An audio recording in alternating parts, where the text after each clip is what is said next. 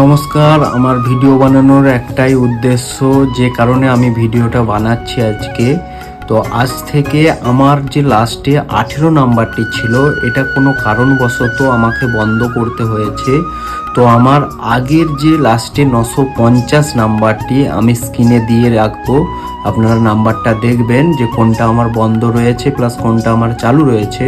তো আমার যারা বন্ধু বান্ধব আত্মীয় স্বজন যার যার কাছে আমার এই 18 নাম্বারটা ছিল, তো আজ থেকে 18 নাম্বারটা আমার বন্ধ করা হলো।